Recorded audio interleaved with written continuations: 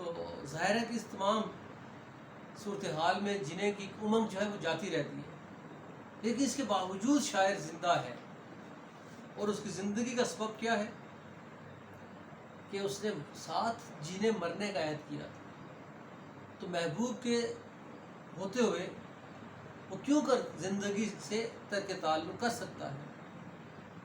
تو یہاں پر وہ یہ بات واضح کر رہا ہے کہ میرے محبوب، میں نے تمہارے ساتھ جینے کا مرنے کا عہد کیا تھا، اور یہ وہ وعدہ ہے جس نے مجھے اب تک زندگی کو ختم کرنے سے روک رکھا ہے، ورنہ جو ہے میں زندگی سے تعلق توڑ لیتا۔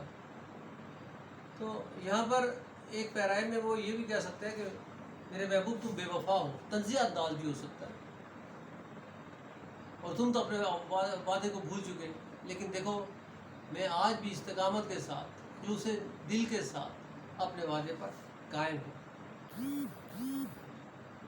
زندگی ذہن میں رکھیے گا، محض جسم و روح کے تعلق کو قائم رکھنے کا نام نہیں ہے، زندگی جذبوں کا نام ہے، خوشیوں کا نام ہے۔ وہ غالب نہیں کہتے کہ ہوس کو ہے نشاط کار کیا کیا، نہ ہم مرنا تو جینے کا مزہ کیا، کہ ہم جو ہے وہ زندگی کی خوشیوں کو حاصل کرنے کی تگودو میں ہمیشہ مصروف رہتے ہیں، کہ اس سے پہلے کہ زندگی کا اختتام ہو جائے، زندگی سے زندگی کے جتنے رنگ ہیں، زندگی کی جتنی خوشیاں ہیں، ان کو دیکھ لیا جائے۔ اور جو محبت کرنے والے ہوتے ہیں ان کے لیے زندگی جو ہے وہ اس اعتبار سے خوشی و گہوارہ ہوتی ہے کہ محبوب کے ہوتے ہوئے انہیں زندگی کوئی مشکل نہیں لگتی، کوئی مصیبت نظر نہیں آتی۔ لیکن یہاں پر شاعر زندہ ہوتے ہوئے اور زندگی کی خوشیوں کو اپنے ارد گرد دیکھتے ہوئے بھی ان سے دور ہے، جو انہیں کوئی زندگی کو رونق، کوئی دلچسپی، کوئی خوشی محسوس نہیں ہوتی، اور اس کا سبب کیا ہے کہ دل کی دنیا اجڑ چکی ہے، اور جب دل کی دنیا اجڑ جائے تو خوشیوں کا احساس ختم ہو جاتا ہے۔ تو شاعر اسی صورتحال، اسی کیفیت سے گزر رہے ہیں کہ میرے لیے اب زندگی میں محبوب کے نہ ہونے کے سبب زندگی میں حسن یا خوشی یا دلچسپی کا کوئی پہلو موجود نہیں ہے۔ اگر زندہ ہے تو صرف اس سبب کہ ہم نے وعدہ ایفا کیا تھا، پیمانے وفا کیا تھا کہ ساتھ جئیں گے، ساتھ مریں گے، وگرنہ زندگی تو ایک عذاب مسلسل ہے۔ وہ جیسے ناصر کاظمی کا شعر سنا ہوگا آپ نے کہ بیٹھ کر سایہ گل میں ناصر ہم بہت روئے وہ جب یاد آیا، بیٹھ کر سایہ گل میں ناصر ہم بہت روئے وہ جب یاد آیا۔ تو کہنے کا مقصد یہ ہے کہ انسان کو جب بھی محبوب کی یاد آتی ہے، دل میں کسک، ایک درد، ایک تڑپ کی لہر ضرور اٹھتی ہے، اور عید رفتہ کے وہ دن خون کے آنسو رلاتے ہیں جب وہاں ایک دوسرے پر اپنی محبتیں نچھاور کرتے تھے اور ایک دوسرے کے ساتھ جینے مرنے کا عہد کرتے تھے، اور آج محبوب کے نہ ہونے کے سبب زندگی ویران دکھائی دیتی ہے، اور اگر ہم زندہ ہیں تو صرف وعدہ ایفا کی وجہ سے، پیمانے وفا کی وجہ سے کہ ہم نے ساتھ جینے مرنے کا عہد کیا تھا۔ اگلا شعر دیکھیے گا، چارہ سازوں سے الگ ہے میرا معیار کے میں، زخم کھاؤں گا تو کچھ اور سمجھ جاؤں گا۔ چارہ ساز علاج کرنے والے، زخم کو ٹھیک کرنے والے،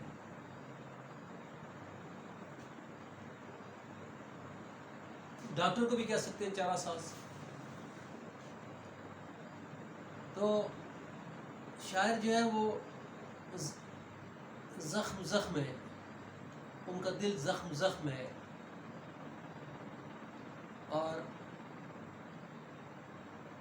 اس تمام جو ہے وہ اس کا سبب جو ہے وہ محبوب کی بے اعتنائی ہے، لا تعلقی ہے. تو چارہ گھر جو ہوتا ہے، چارہ ساز جو ہوتا ہے، اس کا ایک ہی کام ہوتا ہے کہ وہ جو زخم خوردہ لوگ ہوتے ہیں ان کے زخموں کی رفع گری کرتے ہیں، ان کے زخموں کو سیتے ہیں، مرہم لگاتے ہیں، تندرست کرتے ہیں. اور ہر ڈاکٹر کی، ہر طبیب کی، ہر حکیم کی یہ خواہش ہوتی ہے کہ اس کا مریض جلد از جلد تندرست ہو جائے، اور اس کے لیے وہ اپنی تمام محنت کاوش روئے کار لاتے ہیں، کیونکہ ان کی خواہش ہوتی ہے کہ مریض کو، بیمار کو سکون میسر آئے. لیکن یہاں پر بالکل اس سے برعکس رویہ ہمیں دکھائی دیتا ہے. اور رویہ کیا ہے کہ زخم کھاؤں گا تو کچھ اور سمجھ جاؤں گا. کہ کہتے ہیں کہ چارہ ساز اس لیے علاج کرتے ہیں کہ مجھے سکون ملے، اور میری زندگی کا کیا وتیرہ ہے کہ مجھے جو زخم ملتا ہے وہ مجھے سکون دیتا ہے. اب زخموں پر خوشی کس لیے ہے؟ اس سبب کہ زخم دینے والا کون ہے. یقیناً جو محبوب ہے اس کے جو بیگانگی کے، لا تعلقی کے، بے اعتنائی کے، بے التفاتی کے، ترک تعلق کے جو زخم ہے وہ جو ہے وہ ایک عاشق کے لیے کہہ لیجیے کہ زندگی کا وہ روگ ہے جن سے وہ چاہتے ہوئے بھی ترک تعلق نہیں کر سکتا، کیونکہ اس کے حاصل زندگی یہ ہے کہ اس کا تعلق محبوب سے وابستہ رہے کسی بھی طور، چاہے زخموں کی صورت ہی کیوں نہ ہو، محبوب سے اس کا تعلق قائم رہے. تو یہ آخر کیا رویہ ہے اور کیوں ہے؟ تو اس میں ایک ذہن میں رکھیے گا کہ محبت والوں کی دنیا میں محبت کے اپنی اصول ہیں، محبت کے اپنی انداز ہیں، محبت کا اپنی ایک سلیقہ ہے. صرف جو ہے وہ اصول محبت ہی محبت کی معراج نہیں ہے. معاشرتی زندگی کا ایک عمومی رویہ ہو سکتا ہے جی کہ محبوب کی محبت مل جائے تو منزل مل گئی یا زندگی کو کامل درجہ مل گیا. ایسا نہیں ہے. وہ جیسے کہتے ہیں جی کہ خوشی کے لمحات جو ہے وہ فوراً گزر جاتے ہیں، اور جو غم کا لمحہ ہوتا ہے وہ بھی صدیوں پر محیط ہوتا ہے. ایسے ہی جو فراق کے لمحے ہوتے ہیں، جدائی کے جو لمحے ہوتے ہیں نا، وہ ایک عاشق کے لیے بڑا اثاثہ ہوتے ہیں کہ انہیں سنبھال کے رکھتا ہے کہ یہ اس کے لیے حاصل زندگی ہے، کہ اس کو اپنی زندگی میں محبوب کی بے اعتنائی، بے وفائی کے جو زخم ملے ہیں وہ انہیں اپنے لیے ایک اعزاز سمجھتا ہے، تمغہ سمجھتا ہے. تو اس اعتبار سے وہ نہ صرف زخموں پر خوش ہے بلکہ ہر ایک نئے زخم کے لیے ہر لمحہ تیار ہے. اور وہ کیوں تیار ہیں جی؟ جیسے میں نے پہلے بھی ذکر کیا تھا کہ اب کتنے لوگ ہیں جو ممکن ہے کہ محبوب سے محبت کے دعوے کرتے ہوں لیکن وہ زخم کھانے سے گریزاں ہیں. لیکن شاعر وہ ہستی ہے جسے زخم ملتا ہے تو وہ اس پر خوشی کا اظہار اس لیے کر رہا ہے کہ میرا اس سے کوئی تعلق تو ہے جو مجھے زخم دے رہا ہے. دیکھیں، انسان جب کسی سے محبت کرتا ہے یا کسی سے نفرت کرتا ہے تو محبت یا نفرت کا جذبہ کسی تعلق کا جواز ہے. تو یہاں پر زخم کھانے کا بھی ایک جواز ہے کہ زخم جس کو دیا جا رہا ہے اس کے ساتھ کوئی تعلق ہے تو اس کو زخم دے رہا ہے نا. تو یہی شاعر کے لیے ایک بڑی کہہ لیجئے کہ خوش قسمتی کی بات ہے کہ محبوب جو ہے ان سے ایک تعلق استوار کیے ہوئے.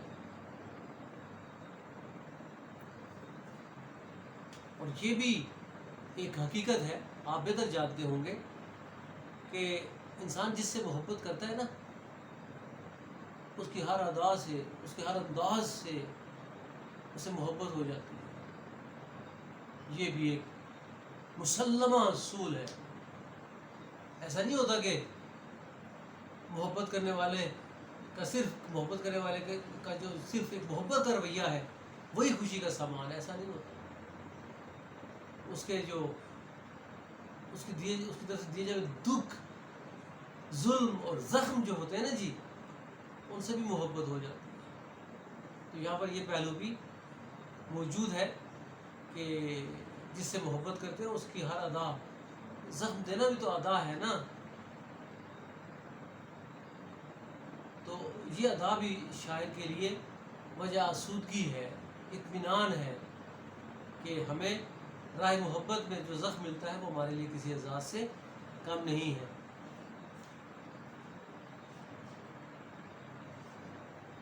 وہ حسن روحانی کا شعر ہے نا، دلوں کو فکر دو عالم سے کر دیا آزاد،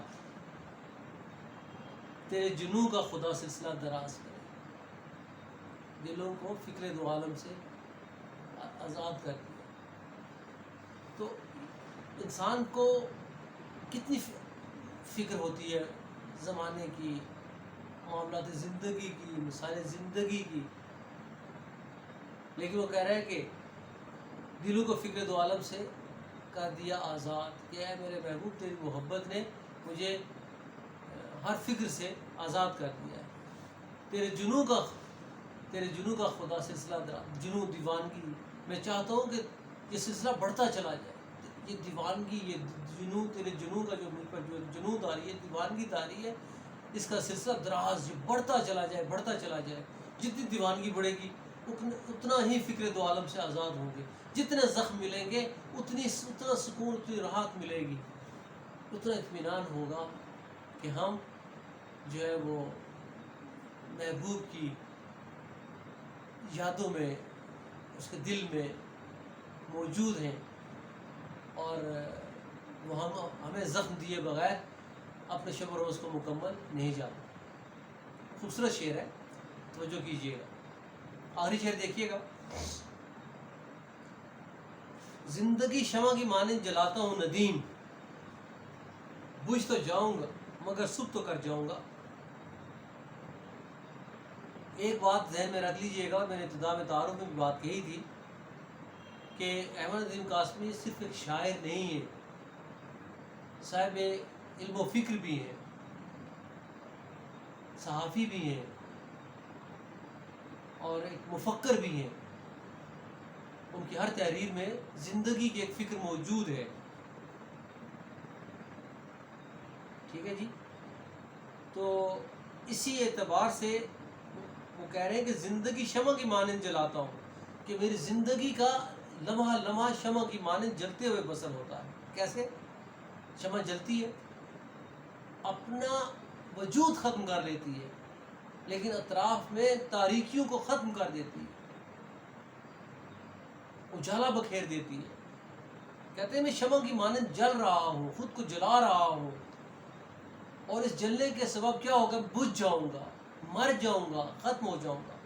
غزل کا مقطع ہے، تو مقطع میں اختصار ہے، وہ کہہ رہے ہیں کہ میں جلتے جلتے فکر نو کی روشنی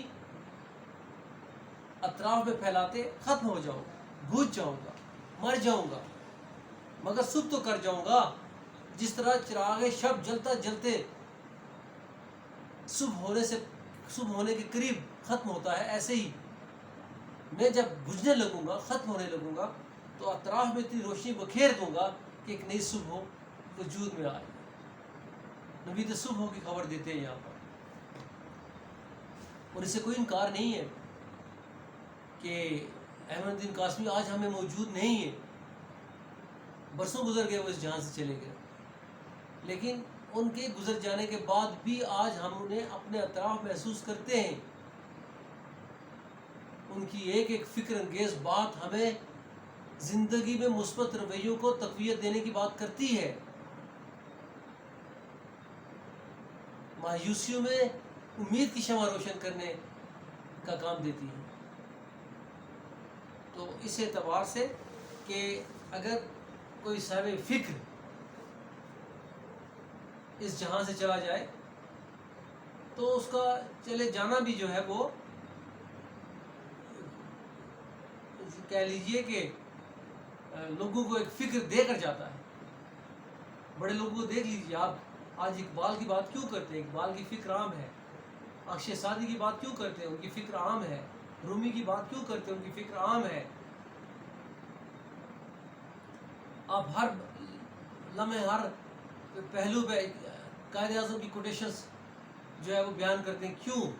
کہ وہ جو ہے وہ کہہ لیجیے کہ اپنے اندر وہ فکر, وہ بصیرت, وہ دور اندیشی اور عالمگیریت, آفاقیت لیے ہوئے ہے جو زندگی کے رویوں کو مثبت راہوں پر گامزن کرنے کا درس دیتی ہے. وہ احمد ندیم قاسمی ہی کا ان کی غزل کا ایک شعر ہے نا کہ مر کر بھی نہ ہوں گے رائے گاہ ہم, بن جائیں گے گردے کارواں ہم. کہ مر کر بھی ہم رائے گاہ نہیں ہوں گے. کہ اگر کوئی یہ جانے کہ ہم مر گئے تو ختم ہو گئے, ایسا نہیں ہوتا. جو صاحب علم لوگ ہوتے ہیں, صاحب فکر جو لوگ ہوتے ہیں, وہ کہہ لیجئے کہ ایک عمر زندہ رہتے ہیں, ایک زمانہ زندہ رہتے ہیں. تو جب تک کائنات موجود ہے اور انسان کے رویوں میں زندگی کے ساتھ چلنے کا سلیقہ موجود ہے, شاید زندہ رہے گا. اور شاید زندہ ہے. کسی انسان کی, وہ کہتے ہیں نا جو صاحب علم و فکر ہوتے ہیں, ان کے بڑے ہونے کی اور ان کے عظیم ہونے کی نشانی یہ ہوتی ہے کہ وہ 10-20 جیسے جس وقت گزرتا جاتا ہے, ان کی جو فکر ہوتی ہے وہ اور بڑھتی چلی جاتی ہے. ان کی زندگی اور جو ہے وہ نکھر کر سامنے آنے لگتی ہے 50-100 سال کے بعد. ان کی, میں نے جیسے آپ کو نذیر اکبر آبادی پڑھایا تھا, کہاں 1735 میں ان کی جو ہے غالباً جو ہے ان کی ڈیتھ ہوتی ہے. اور انہیں جب 1936 میں ترکیب پسند تحریک آتی ہے تو ان کو پہلا عوامی شاعر جو ہے تسلیم کیا جاتا ہے. 100 سال سے زیادہ عرصہ جو ہے وہ گمنامی میں پڑے رہتے ہیں. اور اس کے بعد جو ہے آج ترکیب پسند تحریک یا انسانی رویوں کے حوالے سے, عوامی رویوں کے حوالے سے جب عوامی شاعری کی بات ہوتی ہے تو نذیر اکبر آبادی کا ریفرنس کیا جاتا ہے. تو کہنے کا مقصد یہ ہے کہ صدیاں گزر جاتی ہیں, بڑے لوگ ہمیشہ زندہ رہتے ہیں. ایکسرسائز میں گرامر کے کچھ سوالات موجود ہیں, انشاءاللہ جب ہماری کلاسز ہوں گی تو وہاں پر اس کو تفصیل کے ساتھ زیر بحث لائیں گے. کل انشاءاللہ تعالیٰ ایک نئے موضوع کے ساتھ ملاقات ہوگی. اجازت دیجیے, اللہ حافظ.